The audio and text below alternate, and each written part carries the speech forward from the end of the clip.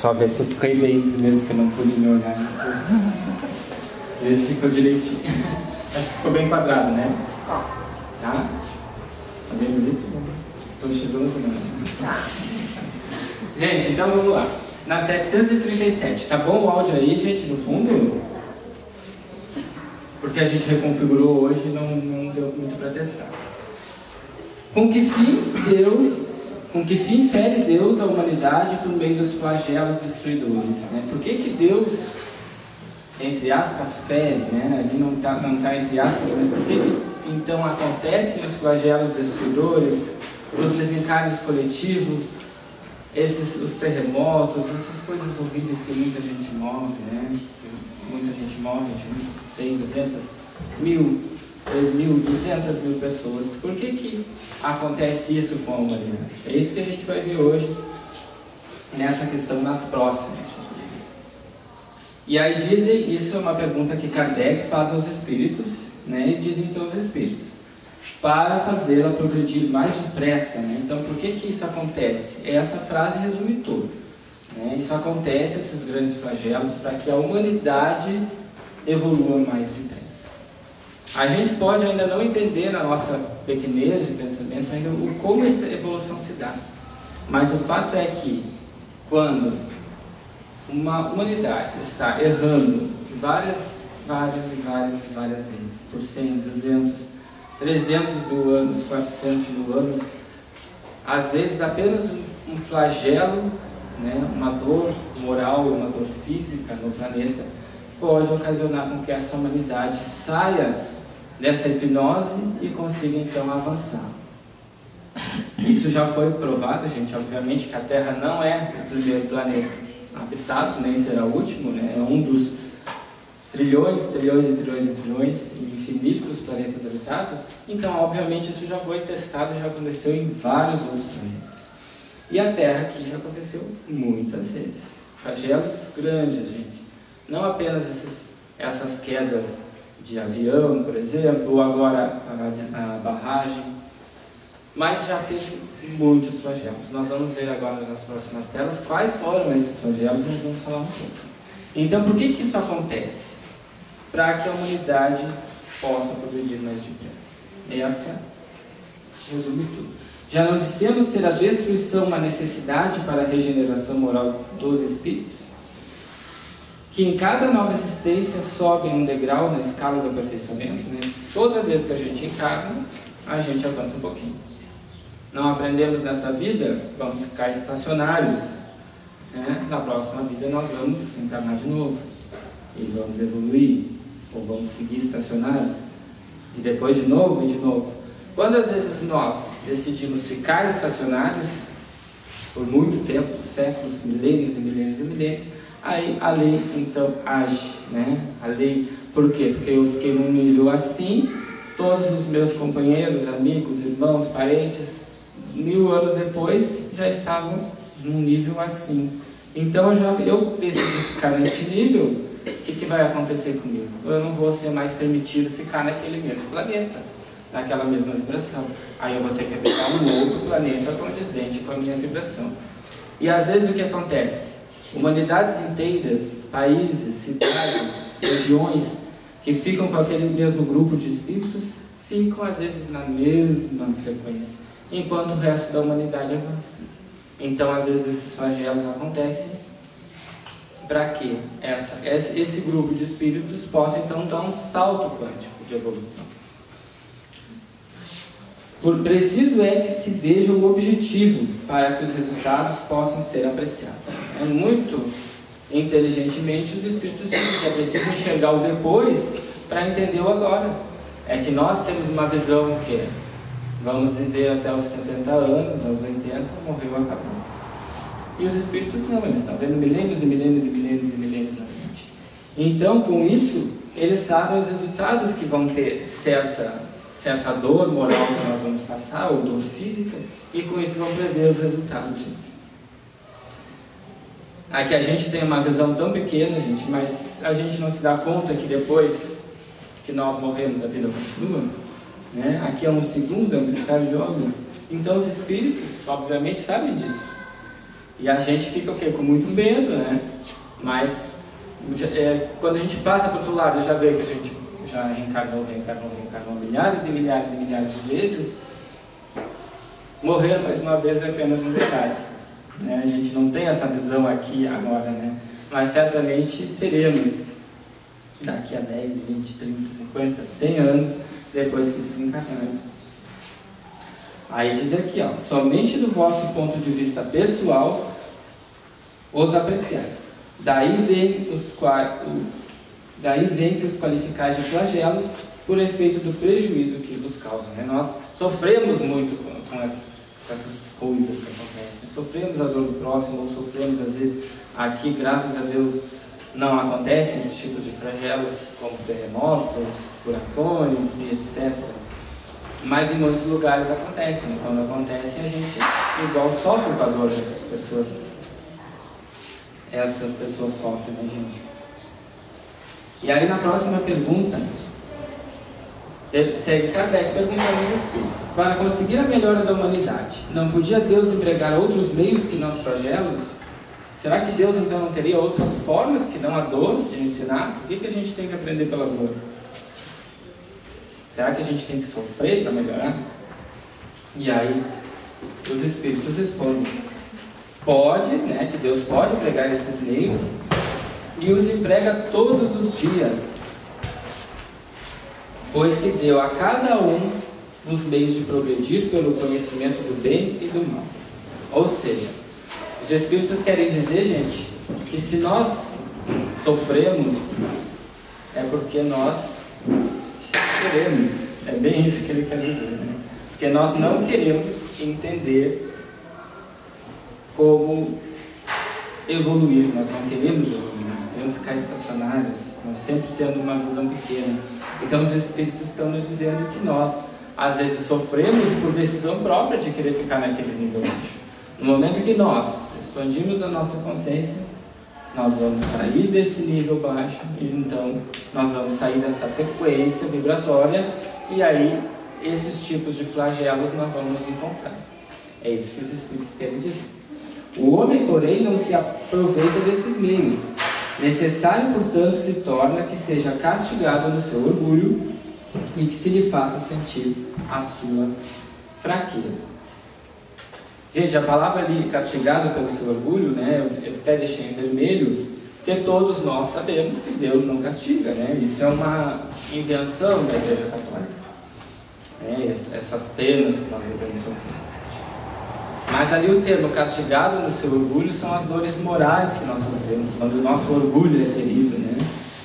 Então, é isso que quer dizer aqui. Aí eu pergunto para vocês: que tipos de castigos morais são empregados por Deus? Além dos castigos físicos que nós sofremos, como uma doença, ou aconteceu alguma tragédia de automóvel, alguma coisa assim, não física, mas que tipo de castigos morais vocês acham que nós sofremos contra o nosso orgulho ou contra o nosso egoísmo? Alguém dá alguns tipos? Culpa. A culpa é uma dor moral que dói, né?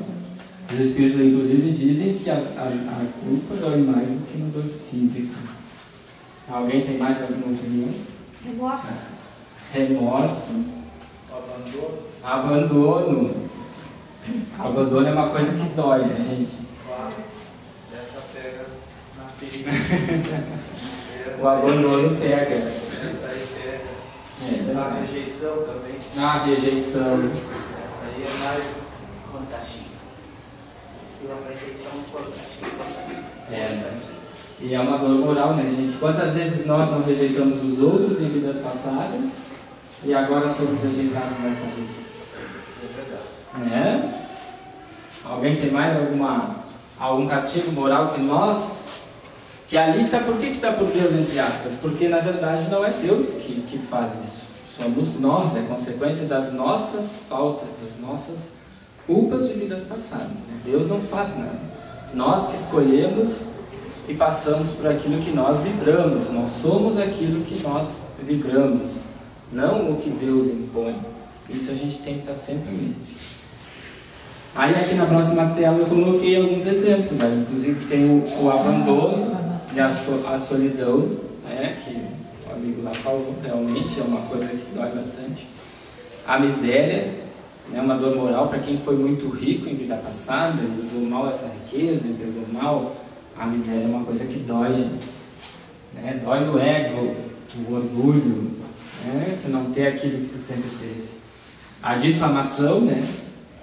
As pessoas que podem ter sido muito maledicentes em vidas passadas, ou alguma maldade que a boca falou acabou ocasionando algum tipo de morte até em pessoas morreram porque eu falei alguma coisa de mal, e às vezes eu fico então sofrendo difamações nessa vida por causa disso.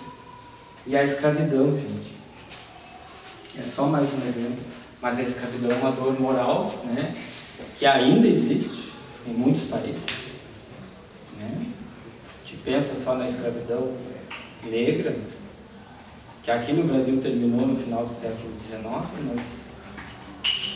e a escravidão que existiu desde milênios e milênios e milênios, 200 mil anos atrás, 1 milhão de anos atrás, e ainda existe.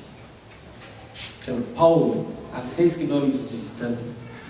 Tem a autoescravidão, né? Não só a questão da raça, mas as pessoas também se escravizam, ou seja, elas mesmas se autoflagelam. Se autoflagelam. Né? A depressão é um autoflagelo, né? Quando a gente se coloca nesse estado que a gente entra para dentro da gente. Né? São todas dores morais. Seguindo aqui, gente, mais uma tela. Para conseguir a melhora da humanidade, não podia Deus empregar outros meios que não os flagelos destruidores? Isso foi a pergunta anterior. Pode e emprega todos os dias. Foi a resposta. Né? Que meios, então, digamos que nós temos...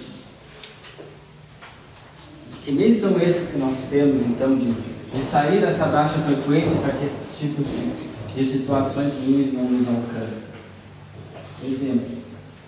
Cite comente. Quem é que vai citar e comentar? Pensamentos positivos. Pensamentos positivos. Caridade. Caridade. Caridade é a palavra. Sair da zona de conforto também. Exatamente. Mas caridade é a palavra que nos faz sair da frequência. Eu falei que eu estava falando. Caridade é a palavra que nos faz sair da frequência vibratória dos flagelos. Pode acontecer de ser uma pessoa boa, caridosa, maravilhosa, e o tipo de um flagelo, como por exemplo um terremoto acontecer e eu morrer? Pode, porque eu posso ter sido uma pessoa boa agora nessa vida, mas eu não sei que eu fui na minha passada. Mas a caridade certamente vai nos tirar dessa frequência vibratória e com certeza em outra vida eu provavelmente não terei que passar por essa mesma prova kármica.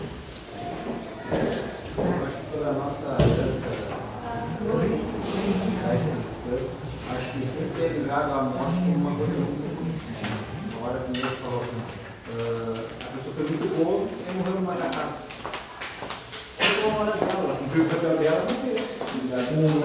Senão ia ser eterna, né? Exatamente. Senão isso ia ser eterna.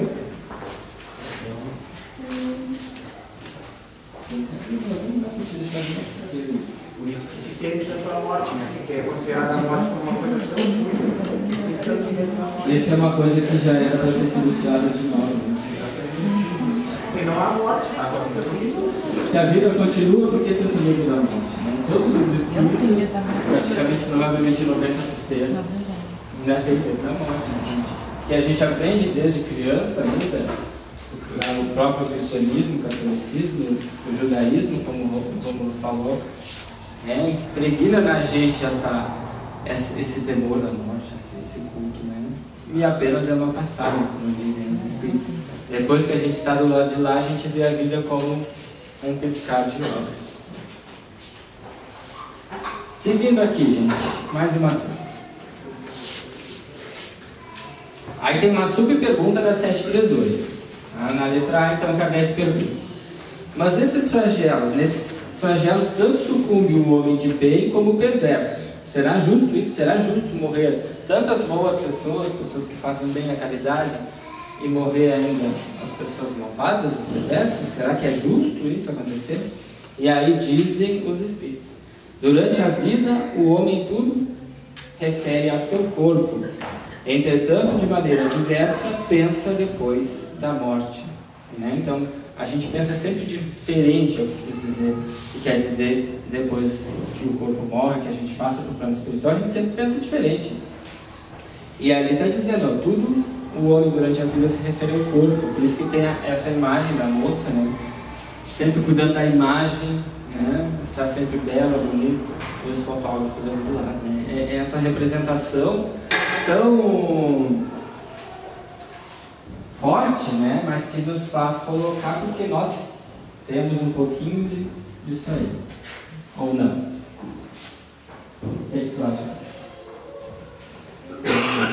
Todo mundo tem um pouquinho, né? Todo mundo tem o que? O culto ao corpo, né? A gente estar bem, a gente está sempre arrumado. Então esse culto ao corpo faz com que a gente pense completamente diferente depois da morte, né? Como a gente vê nos livros, né? Por que eu fiz tanto isso, né? Podia ter feito assim diferente. Porque a verdade é essa, gente. A gente pensa completamente diferente. Não, o corpo não tem peso, não existe velhice, não existe dor. E isso faz toda a diferença no nosso pensamento. Por que a gente não fez mais o bem, então, para estar num melhor lugar ainda, numa vibração mais elevada, numa colônia mais elevada? E assim a gente pensa depois da morte. Segue então os Espíritos. Ora, conforme temos dito, a vida do corpo bem pouca coisa é. Um século no vosso mundo não passa de um relâmpago na eternidade. Logo, nada são sofrimentos de alguns dias ou de alguns meses, de que tanto vos queixais. Se a gente levasse isso sempre em consideração, e se a gente está com aquela dor de dente, 1 hora, e que aquilo ali vai passar, né? Que existe a eternidade, que existem milhões e milhões e milhões e milhões e bilhões e bilhões de anos para ser vividos, a gente vai pensar, o que é esta 1 hora? Ou o que é essa 1 hora de que eu estou apertado de dinheiro, ou esses dias que eu não tenho dinheiro, e que vão passar. A gente sempre vai pensar, vai passar. Né? Se a gente pensar sempre no futuro, né, como consequência do hoje, a gente sempre vai pensar, vai passar. O que é essas angústias, ou essas tristezas, porque eu não tenho, ou porque eu não consigo aquilo que eu quero? O que é 1 ano, 2 anos de dificuldade perante bilhões e bilhões e bilhões e bilhões e bilhões de anos? Não um piscar de olhos, como dizem os Espíritos. Então, por isso que eles estão sempre colocando o quê? O nosso pensamento, a gente sempre pensar no amanhã, ter o pensamento mais abrangente, não pensar no aqui, agora, no hoje, como estamos. Né? Viver o hoje, mas sempre pensando no que consequência o hoje vai fazer no meu amanhã. Alguém quer comentar alguma coisa, gente?